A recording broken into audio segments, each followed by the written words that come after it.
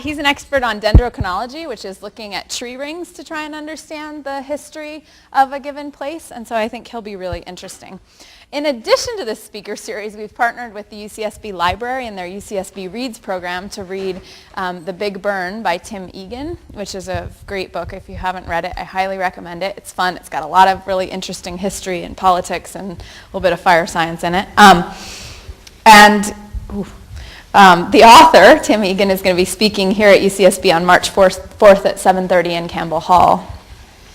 There are a few other things going on. Next Wednesday at 4, Ethan Turpin, who's here, is going to be opening his art show that we've partnered with called The Burn Cycle at the library.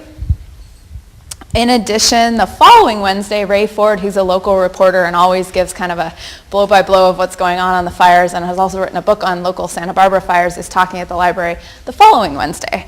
So lots going on coming up. Feel free to come to any of those events. But today, I'd like to introduce Sarah McCaffrey, who works for the Forest Service Northern Research Station in Illinois. She's a Stanford and Berkeley grad, so when I contacted her, she said, I'll come in February. That was it. She knew what she was doing. Yeah. She is a world expert in people and fire, basically, I would say. Anytime there's a question about how people interact with fire, Sarah's worked on it. So she's worked on what's effective at getting landowners to clear fuel, on what people think of prescribed burning, about thinning.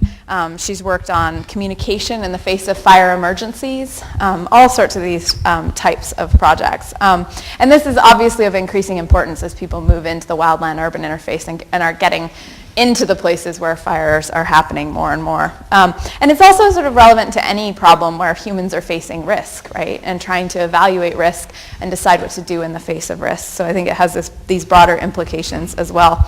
So I'm pleased today to welcome Sarah and looking forward to hearing her talk on the myths and realities of how humans deal with fire. Well, since it's probably about -10 in Chicago, I'm really glad I chose February to be here. So I'm going to be talking about what we've been learning about the social dynamics of fire, and I'm delighted that we have some people, and I'm sure that's a community that is one of your favorite communities that you have to worry about in terms of your risk from fire. It's Trout Club. And what I like to talk about when people sort of say, well, social, why do we care? In the fire world, we've done a lot of science looking at the biophysical parts of fire. Fire physics, fire behavior, fire ecology. And that's really important. But the moment you introduce the word management into a topic, you are automatically talking about a social process. So if you are not trying to understand the social dynamics going around fire, then you are not going to be able to effectively manage fires in the end and do a better job of managing fires. We've developed a system that has worked really well over time, but I think increasingly the fire community is recognizing that things have shifted and we need to figure out a way to maybe shift how we handle things a bit to do a better job and minimize our negative outcomes from fire. So we need to understand the social dynamics better. And so what I'm going to do is talk about some of the research findings that we have on research, social science. There's been a lot of social science research since 2000 when we had the National Fire Plan come into place. And we've recently done some syntheses to sort of summarize what we've learned in those past 10 years. And I'm going to talk on the first two parts where most of the research is in terms of pre-fire activities, mitigation on public and private land, and what public response is on that. But increasingly, we're beginning to do research on during fire dynamics and after fire dynamics. And I'll allude to some of that research. But mostly it's going to focus on what we've been learning on this first part. And I put this slide in just to give you an idea of where the research is coming from. This is up to 2006, so the whole bunch of study sites have been added after that. These are research projects that I've been involved in. There's a whole bunch of other research of other people that are doing research, and the point here is to say, I'm not pulling from one study, I'm not pulling from one part of the country, I'm pulling from studies in a variety of ecosystems, a variety of parts of the country, and the dynamics I'm talking about at the beginning are consistent across the country. So there is a tendency to often say, ooh, my region's different, my place is different, my people are different. And actually what the data says is that at a general level, it's actually pretty consistent. Now local context will always shape what's going on. But it is local context. It's not a regional context. It has to do with what's the local building code, what's the local fire ecology. More often than not, what's the local agency community history, fire history. Might shape what I'm showing you so that you might have a place where what I'm showing you doesn't quite fit. And if that's the case, I would say look at your local history and see why that might be the case. And so the kind of key takeaway from all this is that overall there's a whole bunch of stories about the public and what the public thinks about fire and why the public does what it does about fire. And pretty much the standard thing is that the research doesn't support any of those conventional wisdoms about the public. So if you have a really strong belief about this is what the public thinks, I encourage you to stop and say, I wonder if that's really true. And that's basically how I come up with my research projects. When I hear somebody say, here's the public, here's what they do, I think, I wonder if we have data on that. And then if we don't, I go do a research project on it. So one of the first ones is people don't understand the risk. If they understood the risk, they either wouldn't live there or they would do something about it. So they must not understand the risk. And the reality is they get it. They understand that they live in a high fire risk area. You might find one person who doesn't. There's always going to be somebody who doesn't. But don't extrapolate that to equal everybody. What's going on? Why can they see the risk and maybe not do anything or still choose to live there? It's because risk is actually a really complicated and actually very subjective concept. And to think about that a little bit, the classic definition of risk is probability times consequences. But if you think about how good humans are at calculating probability, we're not actually, we might be calculating different probabilities. We might be using a different time frame to figure out a probability. One person might be thinking of the next month. One might be thinking about the next 10 years. And that's going to give you a different probability. One person might be thinking different spatial extent, and you might be thinking about different consequences. So how you calculate your probability is going to shape what risk you come up with. And one of the examples that I ran into at first was within the fire community, often when they talk about fire risk, they are talking pure probability. So they aren't even talking about the consequences. So you might be talking about fire risk and you might be talking about completely different risk. And the other thing that goes into that, so this is an example of how you can think about risk differently. This is from focus groups we did in these 5 locations. We had 3 focus groups in each location. And each one we said, so what's the fire risk for this area on a scale of 1 to 10? And so as you can see, oops, I did the wrong button. There we go. It's 1 to 10, people get that there's a fire risk in their area. San Bernardino, 9.3. They get it. When we ask what's your house risk, it's much lower. And that actually makes complete sense because it's a much smaller spatial extent and it's a very specific consequence. So it makes sense that their risk for their house is lower calculation than it is for their area. And that gives one example of how your risk perception is going to shape depending on what you're thinking about. And the other dynamic that was going on with the house risk that people, when you looked at what they said, well, if you'd asked me 3 years ago, I would have said it was about a 7, but I've changed my roof, I've managed my vegetation, and so I think my risk now is probably about a 3.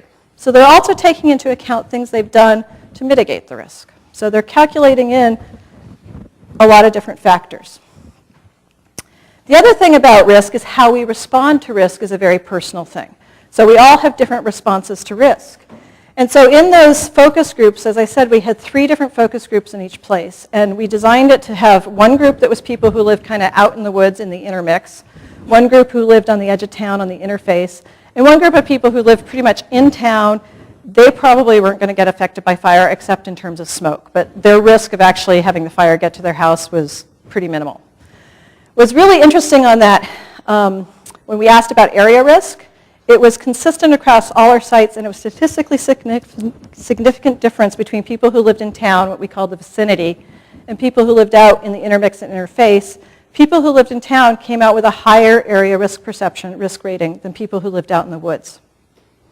And at first I was looking at that and thinking, that makes no sense. I mean, they have lower exposure. So then you look at what people said. And what people said tells you a couple things was going on.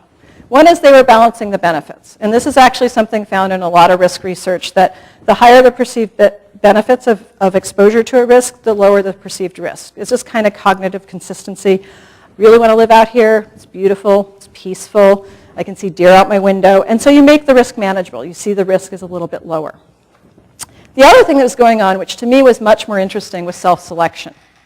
People who are very risk averse were just saying, I ain't going to live there. That's just, as this woman said, one reason we didn't buy up there. I was terrified.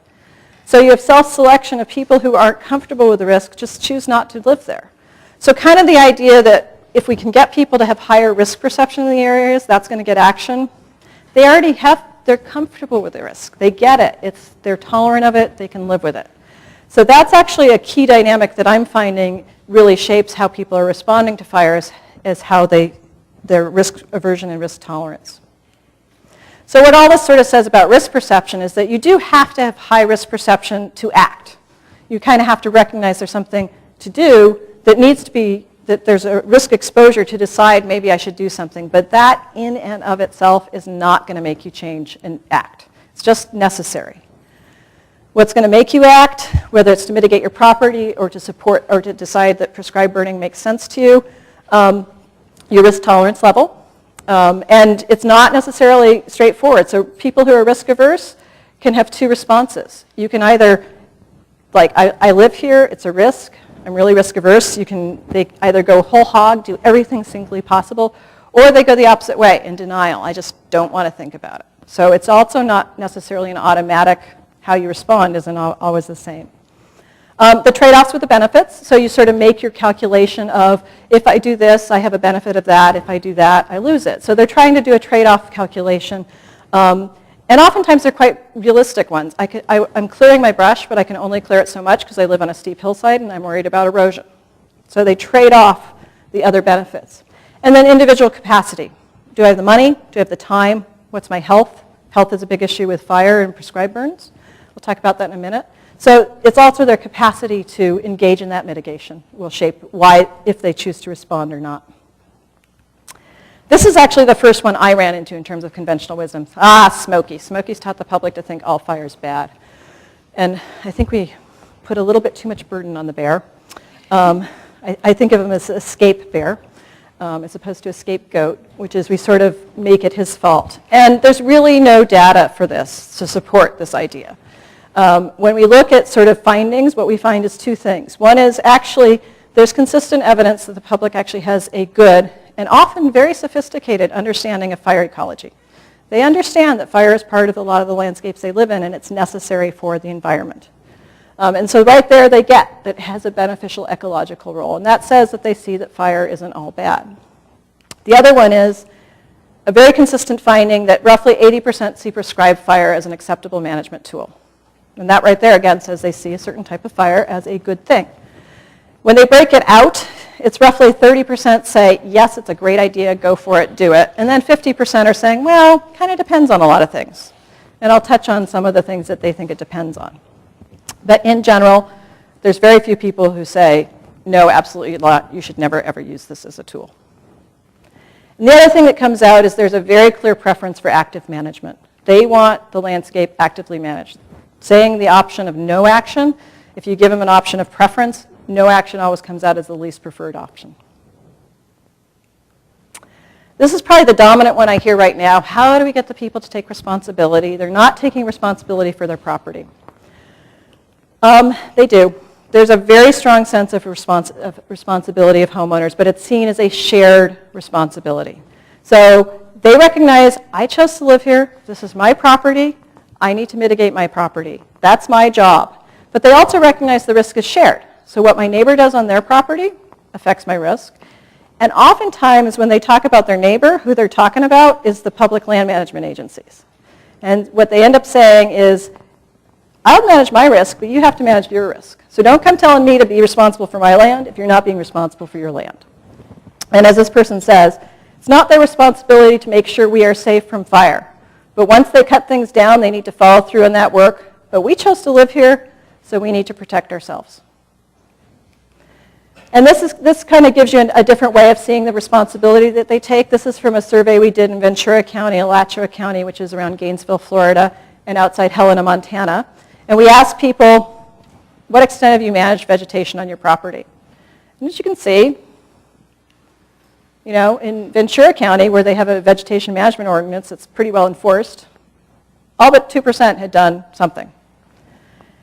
And in all the other places, a significant portion. Alachua County had the least amount in terms of doing a lot. But these numbers you see over here basically are numbers that you see in pretty much every survey that asks about vegetation management. It's very consistent that around 2/3 to 80% of the homeowners have done some level of vegetation management. Now, there's all sorts of questions that might be raised about, is it enough? That's a useful question to ask, but the idea that they're not doing anything and the fact that they are doing something right there shows that they are taking responsibility for their property. We also asked, how much action have you taken to make your house more fire resistant? And you can see there that the numbers are a little bit lower. Part of this is because we also asked a subsequent question of, did your property already have this in place when you bought it? Have you done it, and are you planning on doing it? So some of this, for only somewhat or a little, is related to the fact that they didn't actually do it themselves. It was there when they bought it. And a lot of the activities, like changing their roof, there's only like 2% that don't plan to do it. But you again see that, roughly 3/4 have at least done something to make their house more fire resistant. And it makes sense to me that these numbers are lower than the vegetation management because until recently, our literature on defensible space was pretty much all about vegetation management. So we didn't put as much information in about changing their house structure, and so they didn't necessarily have that information to know that that was something that they should be doing. So what do they expect of government agencies? Well, they basically, as I said earlier, they take care of their land. Education, yeah, we'd like help understanding the fire risk. Not that there is a risk, but the specifics of it. Where's the fire going to come from? At what point should I be worrying about it? What are the conditions I should be thinking about? So the specifics of the fire risk for their property. And then the specifics of how to mitigate. Again, specifics of how to mitigate on their property given the fire behavior. So if the fire is likely to come from that direction, should I be clearing my land more in that way? Do I need to worry about clearing my land if the fire is not coming from that direction? That type of information is what they really want. And then maybe some help with large-scale obstacles. And in general, that's getting rid of vegetation. So I would say if there's one thing an agency can do to get their homeowners to do defensible space, help them get rid of the vegetation. That's usually the biggest obstacle to people. Places that have chipper programs and vegetation removal programs, really successful. And I've talked to a number of homeowners who say that's really their biggest barrier, is just getting rid of the vegetation. So if they can have that help getting rid of it, particularly if you live in areas, actually probably here, where the vegetation grows back very quickly, it can be a huge burden for people. And this is another way to think about responsibility. On that same survey, we said, so who is most responsible for protecting private property from wildfire? A little bit broader question. What exactly, how they're interpreting is something that we need to do I need to do a better job of sort of teasing out. But again, you see that basically in every place but Ventura, it's mostly on the homeowners. And in Ventura, in these areas, county fire departments protect a lot of the property. It's sort of logical. In more rural areas where it's more volunteer fire departments, there's a little bit more recognition that there isn't going to be a fire engine around. There's not going to be resources around. And actually, I mean, here I've been doing some interviews up in the hills, and people are very clear. The odds that we're going to have resources available, not great. So they recognize that during a fire. But a lot of this, in terms of mostly on the homeowners, a lot of that is probably related to, in terms of protecting my property, mitigating it beforehand, that's my job. Do they expect a fire engine on their doorstep? I don't hear that from people. It's pretty much there aren't resources. I don't want a firefighter to lose their life protecting my house. If it's safe, great. And in the few communities I've gone where they do have that expectation, it's largely because the fire department has been telling them to have that expectation. So there was one community where in Utah where I was interviewing homeowners about what are you going to do if there's a fire and what are your evacuation plans. And I heard from a lot of them that, well, we're not really worried about evacuating because we have an air base right in town, and so there'll be a plane and it'll probably get the fire out really quickly. So, we're not really worried about evacuating. And this was a community where the fire was most likely to start at the bottom of the hill where their main evacuation route was. So at the end of that interview process, I was talking to the local fire person, and he was telling him a little bit about what I was finding. And I said, they all think that the planes are going to be available. You might want to let them know that odds are pretty good. They won't be. He's like, all right, I'm scheduled to go talk at their homeowners association next month. I'll let them know. And so I was doing follow-up interviews about 3 months later, and same interview, no prompting. They would come up and they'd say, well, we just found out that the odds are that the planes are going to be someplace else. And so they probably won't get the fire out right away. So we've identified a meadow at the top of the community that has a little lake and a lot of open space. And we talked to the fire department, and they say that that's probably a safe area to shelter if we can't evacuate through that road. They weren't mad. They weren't angry. They just had made a very practical decision once they had better information about what the situation was. And the other point I like to make with responsibility is it's probably not realistic to expect homeowners to be responsible for their property before a fire, and as soon as there is a fire to suddenly abdicate responsibility and just do what the fire agencies and the sheriff's department tells them to do. People take responsibility for their property. They're going to take responsibility throughout the whole period. And some people are going to leave when they're told to. But what we're finding in the surveys we're beginning to do and the interviewing about what are you going to do if there is a fire, we're finding that what they're going to do, only a portion are really looking to authorities to make the decision for them. And so this was from that same survey in Ventura, Alachua, and Montana combined, because we actually didn't find any difference in in how people had responded or planned response. And what you see is that there's about a third who are going to do what we kind of expect them to do, of listen to the authorities and do what we tell you to. And then there's this whole half that are going to make the decision themselves. They're going to be looking at conditions. They're going to wait and see how bad's the risk. And when the risk is bad, that's when they might consider leaving. And one of the factors that will come into that decision is what the authorities are telling them to. But they're also going to be looking at conditions and deciding. And what you see here is that, waited to see what happened and stayed because the risk was not great. Now, we didn't ask how they were impacted. We just said, had you been threatened by a fire? So for some people, they would write in comments, and for some it was very clear that the fire was like 5 miles away. And other people were like, well, yeah, I stayed until an ember got in my eye, and then I left. So, very different levels of being threatened. So some of that 30% who stayed, it actually may have been they really weren't at risk. But we also asked, what are your planned intentions if there's in a future fire? And it's very clear 10% are planning on staying, and another 20 to 30% are thinking about it. So I think this is the part of responsibility that we need to think about. If you're going to encourage responsibility on one end, you can't expect it to flip when there is a fire. And I think that needs to be taken into account when we talk about getting homeowners to take responsibility. Then there's a whole bunch of demographic conventional wisdom out there about certain groups of people are the problem who we have to deal with, and if they just would go away, we'd be good. Probably the most common one are the new people. It's all these new people from urban areas moving into rural areas that have never dealt with fire. They don't get fire. They're the problem. And there's no evidence that the new people are less aware or less likely to mitigate. And there's two dynamics that explain this. One is 60% of moves within the United States are actually within the county moves. So they might be new to that neighborhood. They are not necessarily new to the fire risk. 20% of moves are within state moves, and only 20% are out of state. So only 20% of the people are like completely not, or are possibly completely not familiar with the fact that there's a fire risk. And what you actually see in a lot of areas in the West is the 20% of new people, or that a lot of the out-of-state new people have moved from California, and because you have defensible space ordinances and building codes, they actually bring really proactive attitudes, and they're often the ones who get their community to engage in mitigation.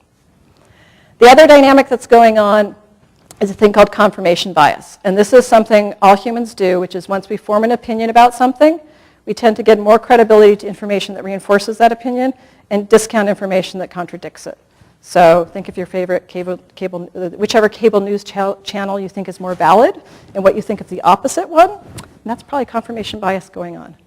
And so what that says is that new people know they're new. They haven't formed an opinion of the area. They haven't formed an opinion of the fire risk or fire management, and they are more receptive to information. People who've lived in an area for 20 years, we've never had a fire, that's not how they've always done things, and so they are less receptive to information, and actually oftentimes are going to be less proactive.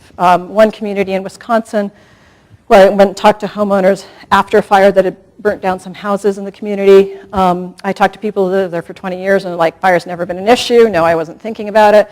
And the one homeowner who'd done everything on their property to mitigate was the newest homeowner. He'd gotten a FireWise brochure 3 months after moving in. He'd done everything in the brochure, and basically the fire went around his property. It singed the back of a shed, but otherwise his property was untouched. He was very excited by this and wanted to show me the FireWise brochure. But he was the new person. Yeah, see, I did everything, and look what it did. He was great. But he was the new person, so he knew he didn't know anything, and he paid attention to the information. Other group is part-time residents, these part-timers. There's no evidence that they're less likely to understand the fire risk. Whether or not they're less likely to mitigate than full-time is mixed. There's quite a few studies that find no difference between the groups. There's a couple that find they're less likely to mitigate. But the evidence is that if they're less likely to mitigate, it's just a question of time. So it's not knowledge, it's just time. I'm here on the weekends. I don't want to spend it mucking around in the vegetation. I'm here for 2 months in the summer. I don't want to deal with smoke from a prescribed burn during my vacation. No. So it has more to do with their timing and that sort of thing than it does to do with knowledge. Experience. There's often this belief that if only people experience an event, well, then they're going to change their views and they're going to get on board and we'll be good. And there's tons of research in other natural hazards, and the research on fires supports that, which is it doesn't have a consistent effect. For some people, absolutely. It will be the thing that makes them go, damn, I need to do something. For other people, it can have the exact opposite effect. It's like, that fire was so big, mean, and nasty, there's no point. What can you do? Fatalism. Or often, all the vegetation's burned. We're good. There's nothing to go. So it's sort of, lightning won't strike twice during the period that I'm exposed to this risk. So they actually can be less proactive. Even in Australia with Black Saturday, where a lot of people died, they've done subsequent surveys and it really haven't found any change in behaviors, in planned behaviors between people. What it does do, it opens a window where it becomes more salient to people. So it's about 3 to 6 months in general. And what it does is it bumps fire from something that's number 30, 40, or 50 on the list of things that maybe I should think about and do something about, up into the top 5. And then over time, over the course of time, worrying about, school's starting, what am I going to do, where am I going to live, my parents are getting older and sick, and how am I going to handle that, where am I going on vacation, all those things are going to get bumped up above fire. So there's a window where it becomes more salient to people, and you will have their attention, but it's also been shown you're more likely to get their productive attention if it's not something new. So if it's more of a, that's what they were talking about 5 months ago. Oh, now I get it. So some people think, well, wait till there's an event. And it's been shown that actually it's much more effective if you've already been talking about it before the fire. And there's few clear geographic or demographic patterns. And I've already kind of talked about the geographic patterns. Similarly with demographics, there's kind of this belief that, or a desire, if we could only categorize our community based on general education or income, that'd be great. We could map and census data, and then we'd know what to do. And there's no evidence that people's response to fire and mitigation is based on any of these things.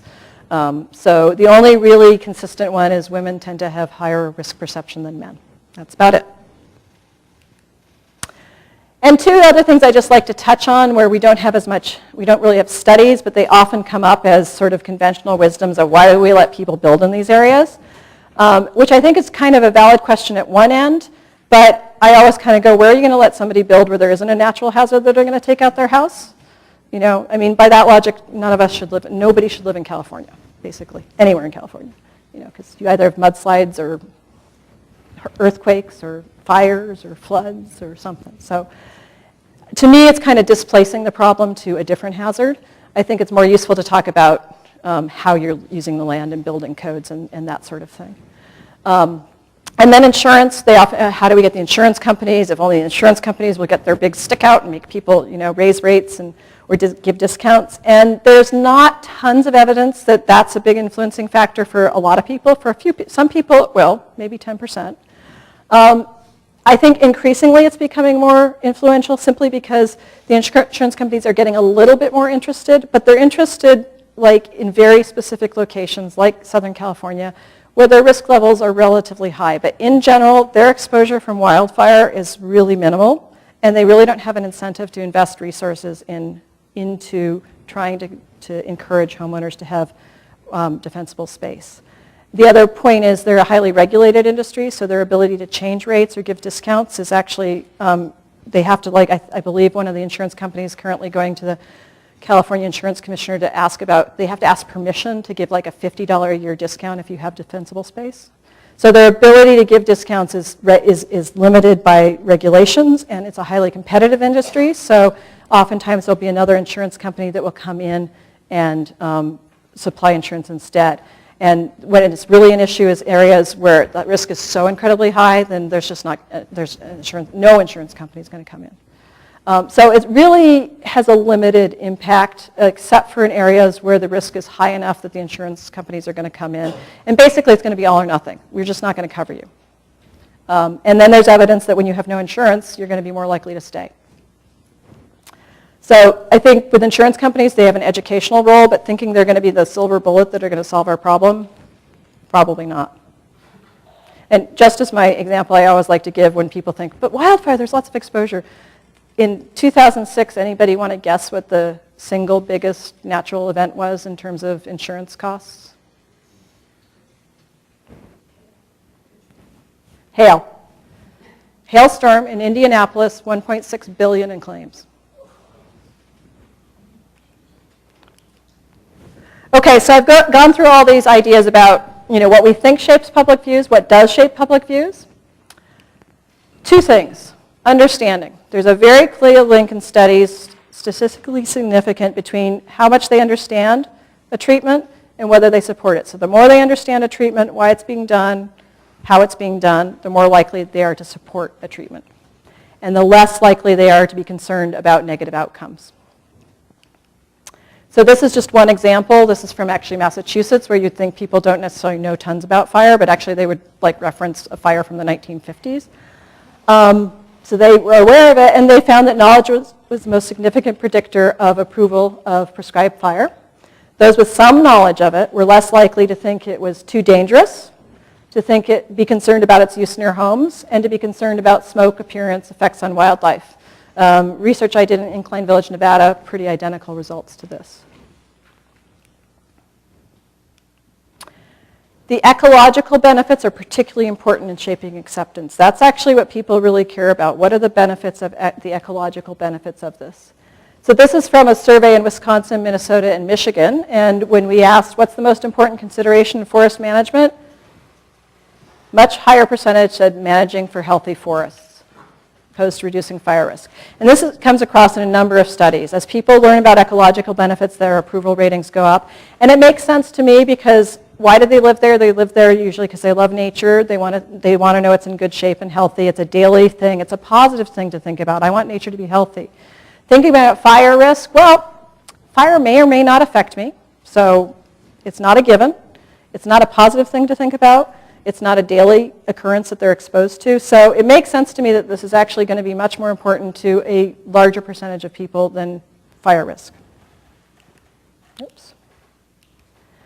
And this is an example sort of from different studies. In a study in California and Michigan, belief that prescribed fire improves wildlife conditions had a positive effect on approval of prescribed fire.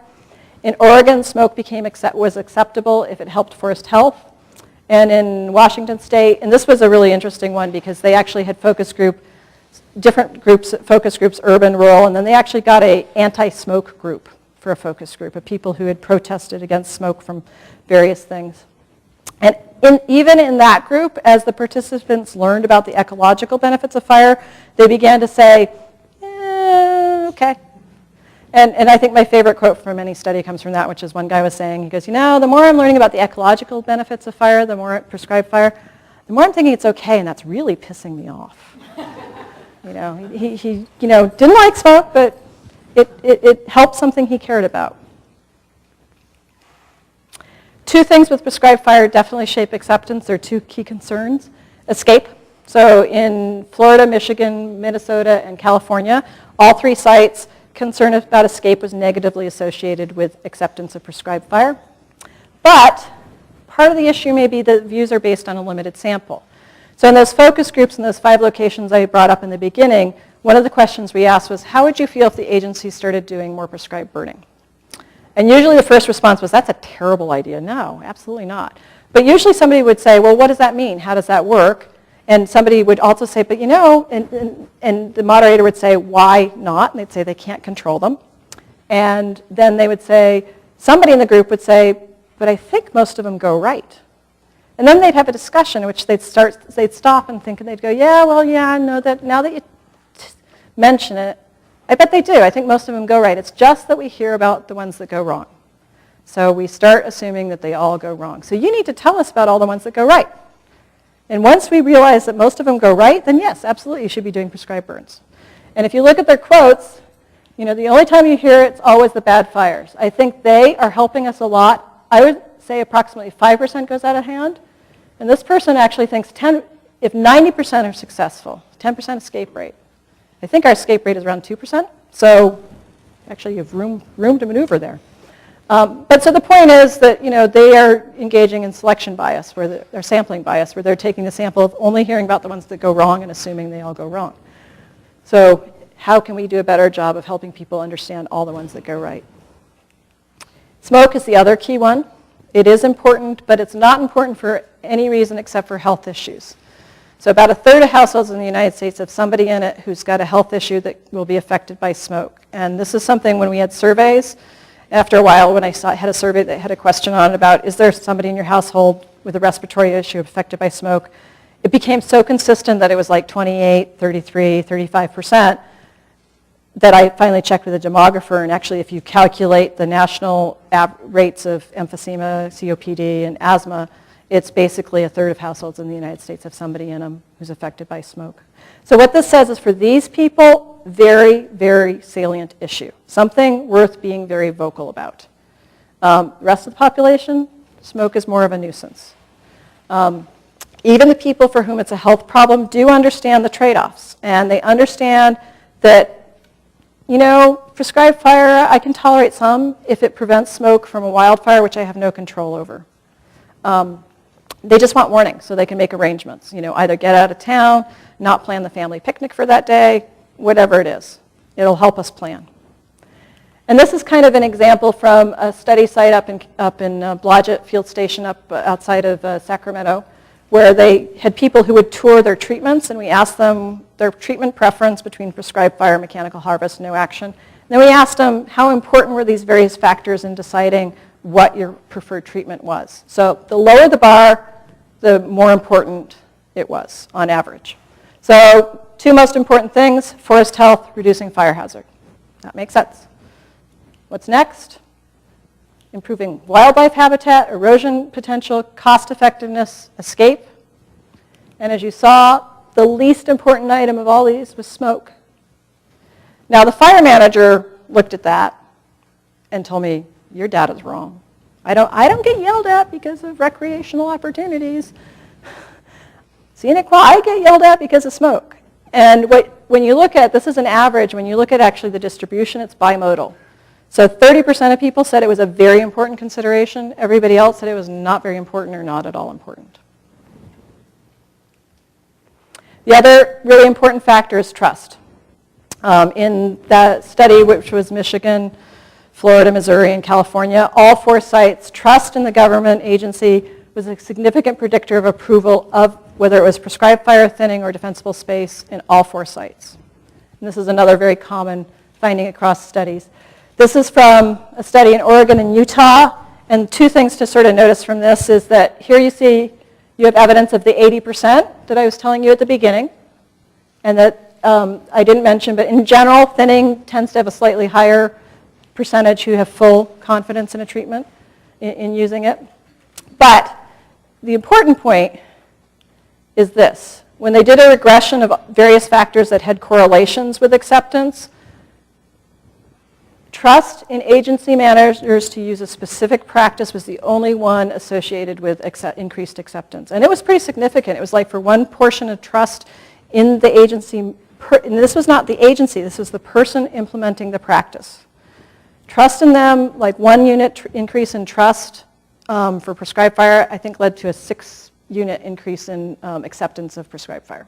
It's pretty significant for all of them. It's the only one that's predictive of acceptance. So kind of what it boils down to is that treatments are generally acceptable if they're done by knowledgeable people, preferably locals familiar with the area. And this is part of trust. Trust is about credibility and competence. Do they know what they're doing? And there's a general sense that locals are going to be more knowledgeable about the area and therefore are going to be more competent about what they're doing. So in general, there's a bigger trust if they're local and they're familiar with them. And so it kind of boils down to if a practice is established, so they've had a chance to see it, to understand it, and they trust the people who are implementing it, you're going to have high acceptance rates. And I like to kind of rephrase this to how I hear people talk about it, which is about respect. So people are really willing to respect the expertise of fire people.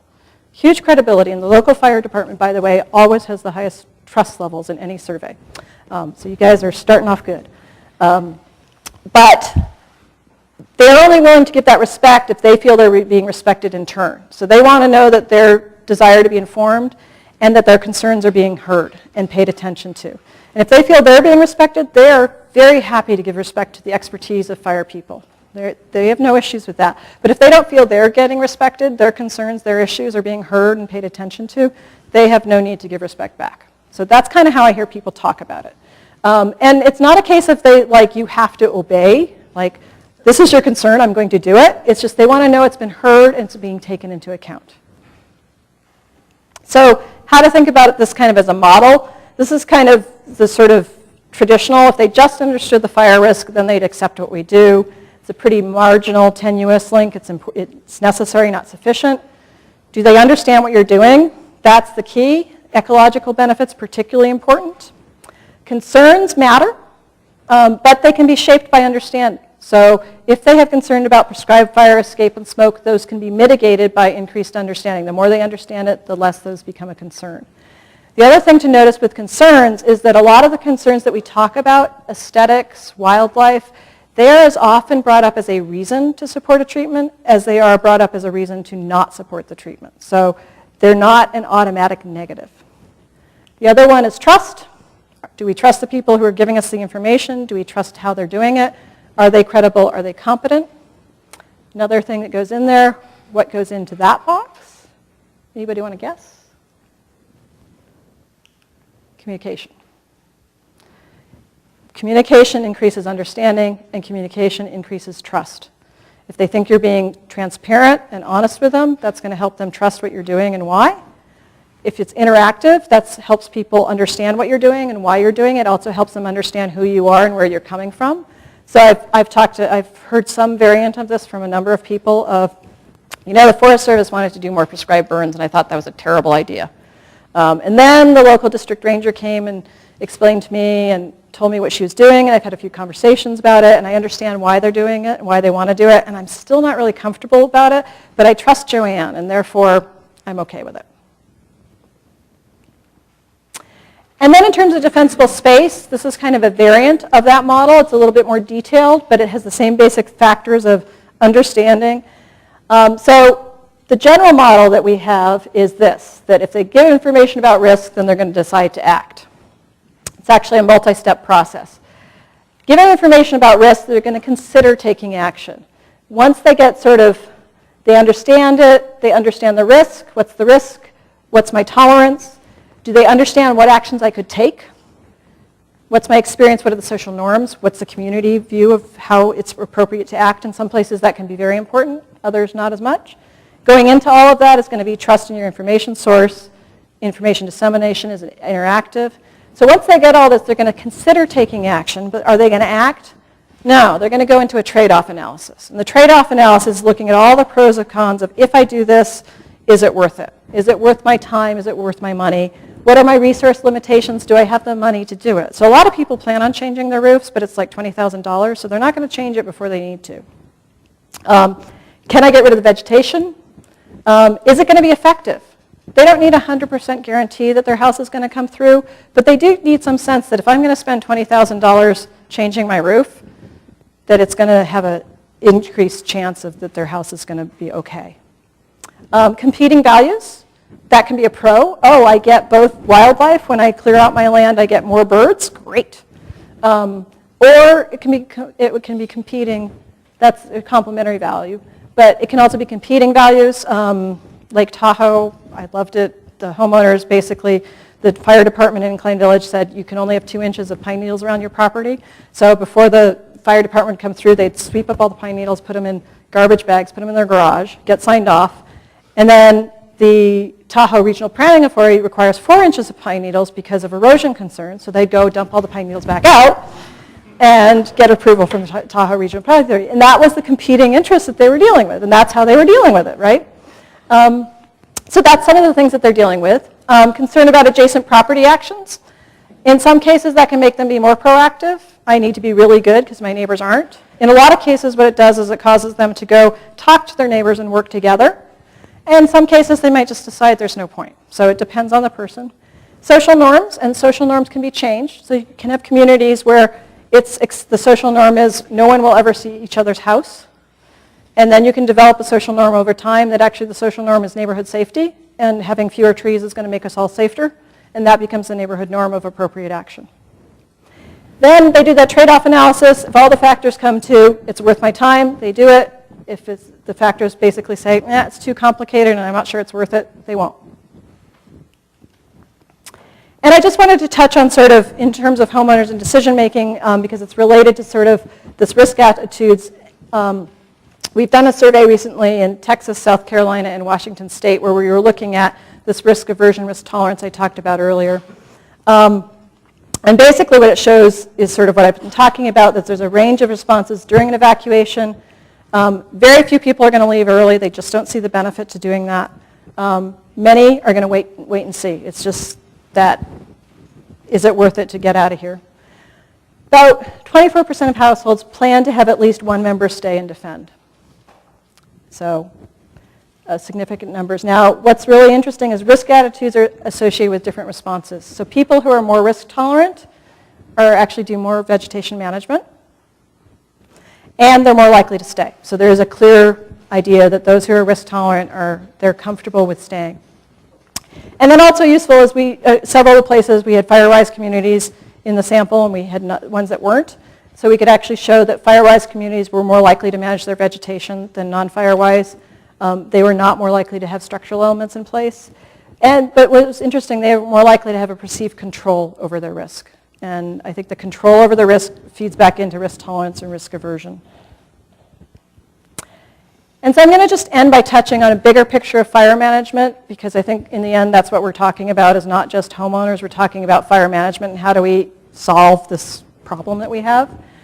And in those focus groups we did, in those 5 locations, we had a lot of questions around fire management. And I think they're sort of interesting to look at just very quickly.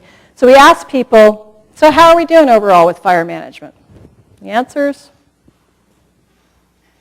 terrible, not good, bottom of the barrel. But they would always, before we could get them to answer this, they would say, well, what do you mean by fire management? Are you talking about fighting the fires? Or are you talking about what we're doing beforehand to mitigate the risk beforehand? And so they were not necessarily, when they say terrible, bottom of the barrel, we said, okay, we're doing terrible. What are the indicators?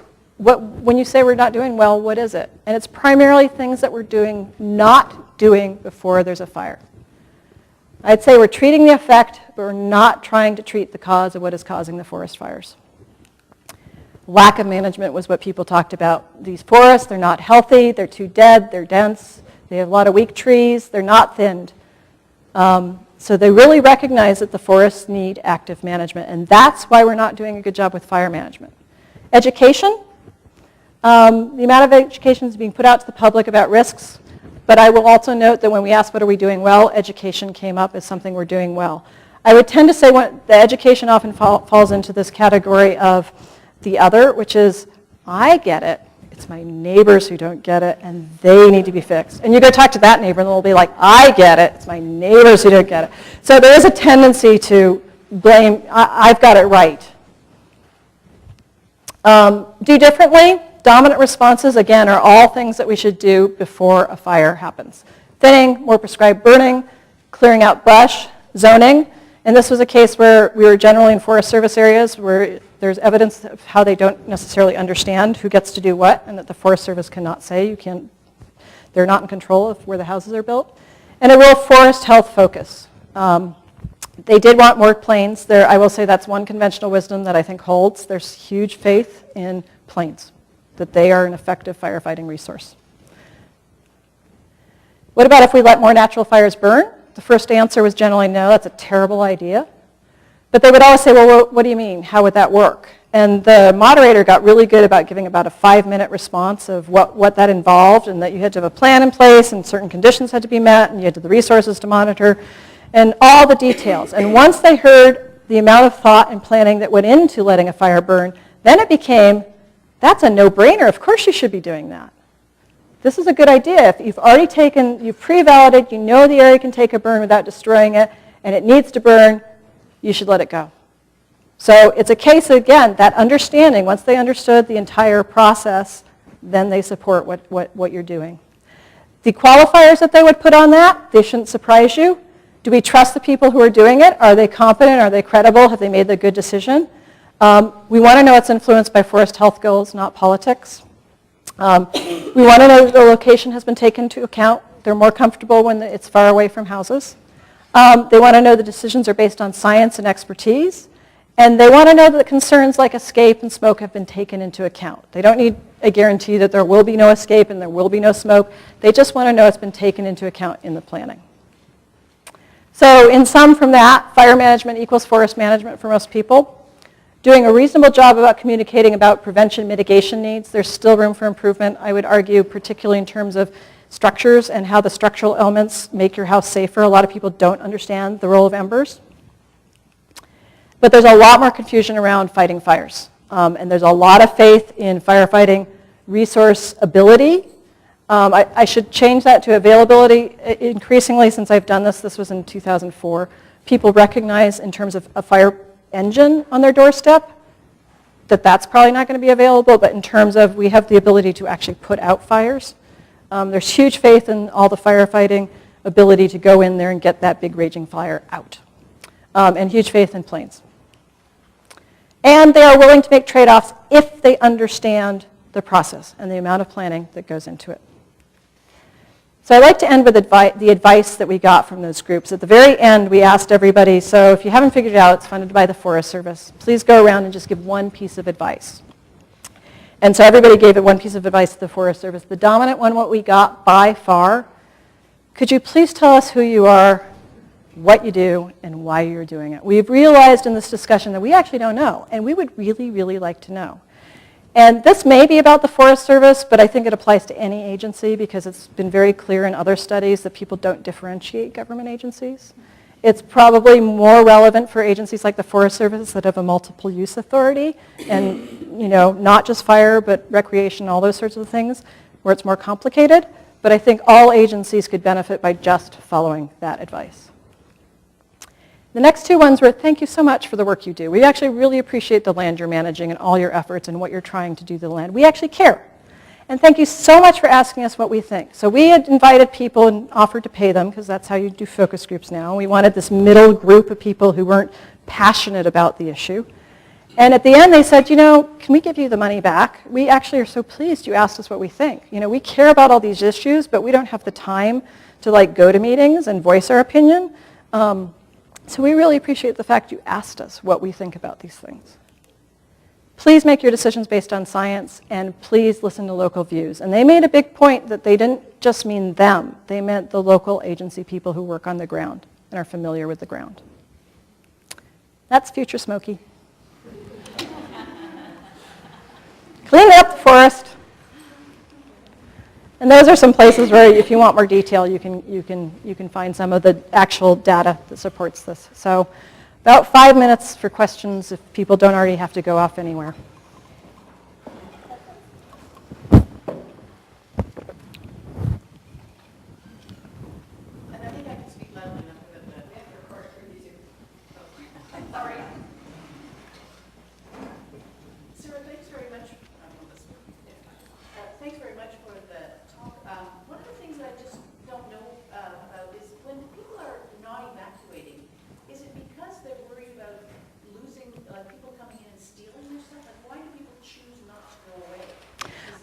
That's part of my current research. But there's a lot of reasons why people choose not to evacuate. So for some people, it's a sense of control.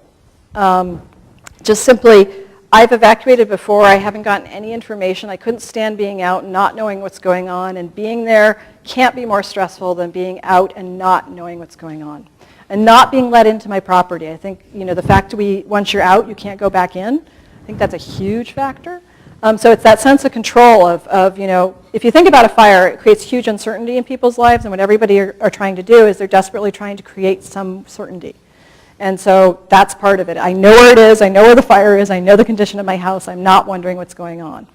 Other people are, I choose to live here, it's my responsibility to protect my house. A firefighter should not be risking his life to protect my house. If anybody is, it should be me.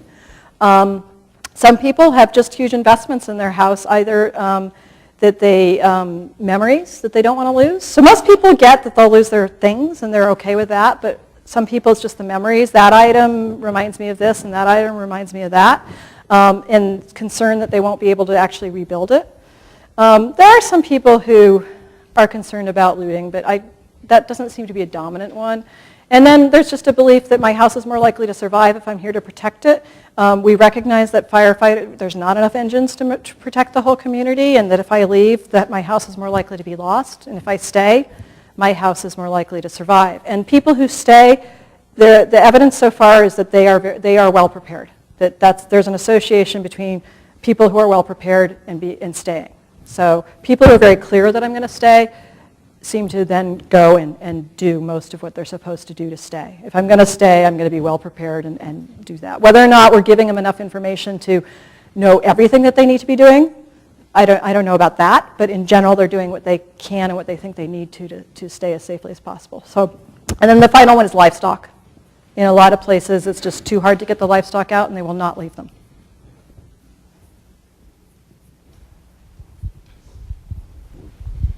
Hi, Sarah. I'm wondering how much you were concerned about bias in self-reports, because it seemed like there's certainly a possibility that people reported that they did a huge amount to protect their house when they may actually be doing less, and similarly that, like you just said, they might mention that it's their responsibility, not the Forest Service, when there is a fire, because the expectation is that that's what your surveyor wants to hear, right? Yeah, and that's a question that always gets raised. And by the way, most people don't think it's the Forest Service who should protect their house during a fire. It's the local fire department they think should be protecting their house. Unless the fire is really, really big, and then they're like, maybe the Forest Service should be helping. But in general, it's the local fire department they expect it from, if they expect it at all. And in general, actually, we asked on those 5 focus groups who's responsible for protecting the house, and it was basically the local fire department and the homeowner. And that was during a fire that we asked them. In terms of the self-reporting, I actually had a study where we went and interviewed homeowners on their property about what they were doing to try to figure that out. And then afterwards, we did our own assessment of their property. And actually, in that particular study, we found that their assessment of what they were doing was accurate or underestimating what they were doing. So I actually don't think people are trying to please people and saying I'm doing it when they're not. All right, we don't have any more time for questions, actually, but feel free to catch Sarah afterwards, and please join me in thanking her.